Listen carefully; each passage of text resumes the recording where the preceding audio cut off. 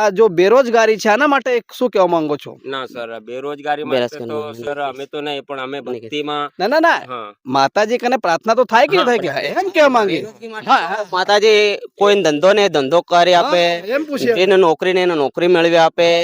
दाहोद दाहोद के उसरवान गांव से होते हुए छापरी के रास्ते कुछ लोग माताजी के मंदिर की ओर बढ़ते हुए हमें नजर आए हैं। आप इन दृश्य को यहाँ पर देख सकते हो, जिनसे अभी हमारी मुलाकात हुई है और इनसे हम कुछ बातचीत करने की कोशिश करेंगे कि ये लोग कहाँ से वास्तविक आए हैं और कहाँ की ओर जा रहे हैं।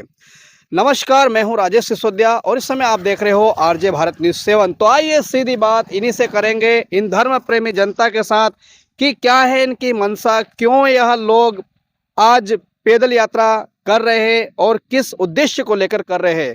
भाई साहब नमस्कार। नमस्कार। તમારું શું નામ છે? નીનામાં જવસિંહ રમણ। देखिए, आप थोड़ा सा हम गुजराती में बातचीत करेंगे क्योंकि हमारे गुजरात राज्य के भाई उन्होंने हमसे एक रिक्वेस्ट की कि क्यों ना हम गुजराती में उनसे बातचीत करें। तो તમે શું કહેવા માંગો છો, ક્યાંથી આયા ને કઈ આગળ જાઓ છો? અમે ઉસરણ ગામથી આયા છે જી જી। અને અત્યારે અમે છાપરી ગામમાં ઊભા છે। ઓકે। અમે બારેજા જઈ રહ્યા છે, અમદાવાદ બારેજા કુકાર મેરડીના પ્રવચનમાં જઈ રહ્યા છે। અચ્છા, તો કેટલા કિલોમીટર છે અહીંથી અંદાજે? સમથિંગ 250 કિલોમીટર છે। તો સાહેબ તમે પેદલ શા માટે ચલો? આપણી જોડે એસટી બસ છે, રેલવે છે અને બીજા બી ઘણા સાધન છે, सब પેદલ શા માટે ચાલ્યા? અમારે ભાવ એવો છે, અમે હર વર્ષ જઈએ છીએ। અચ્છા અચ્છા। માતાજીની એવી કૃપા છે કે અમારે હર ભાવિકોને મનમાં એવું છે કે અમે બારેજા ધામ અમે પેદલ યાત્રા જઈએ છીએ અને અમને શાંતિ અને સુખ છે। જી જી। તો અંદાજિત કેટલા કેટલા મિત્રો જાઓ છો અંદાજિત?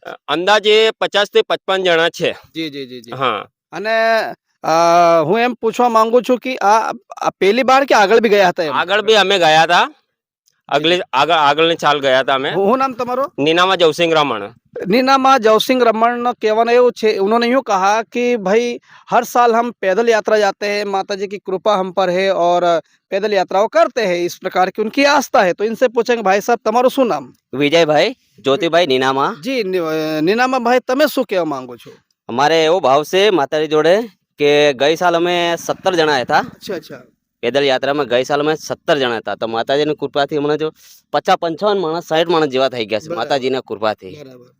અને માતાજીના એવા આશીર્વાદ છે અમારે કે મને વાટ ઘાટમાં કઈ વસ્તુની મને કોઈ તકલીફ પડતી નથી।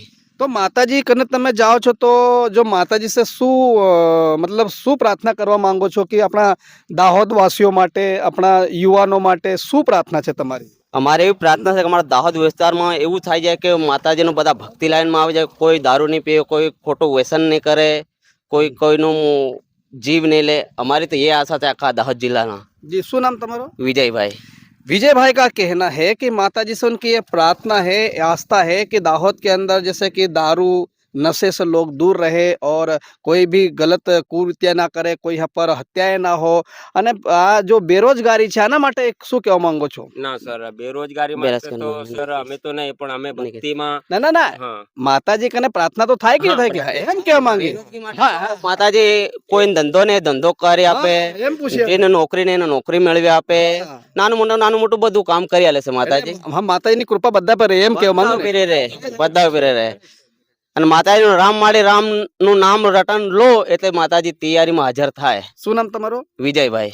देखिए ये दृश्य को दिखाइए, आप इन दृश्यों को दिखाइए। कैमरामैन से कहूंगा कि ये देखिए विजय भाई, ये देखिए इनके ध्वजा भी इनके पास में, देखिए ये ध्वजा भी यहाँ पर लहर रही है और इनका यही कहना है कि अब हम माताजी के पास जा रहे हैं। कहाँ जा रहे हैं आप? कौन सी जगह? बारेजा धाम अहमदाबाद। अहमदाबाद बारेया धाम, जो कि अंदाजित यहाँ से 250 किलोमीटर दूर है। ये देखिए पैदल ये लोग चलने वाले हैं और पैदल यात्रा ये करने वाले हैं। साथ ही साथ में इन्होंने माता जी से ये इनकी प्रार्थना है कि हमारे दाहोद के अंदर नशा प्रवृत्ति से लोग दूर रहे, कोई भी यहाँ पर लड़ाई झगड़ा ना हो और विशेष करके यहाँ के जो युवा है उनके लिए भी वो प्रार्थना करेंगे कि जो बेरोजगारी फैल रही है उन्हें भी युवाओं को एक अच्छा रोजगार मिले।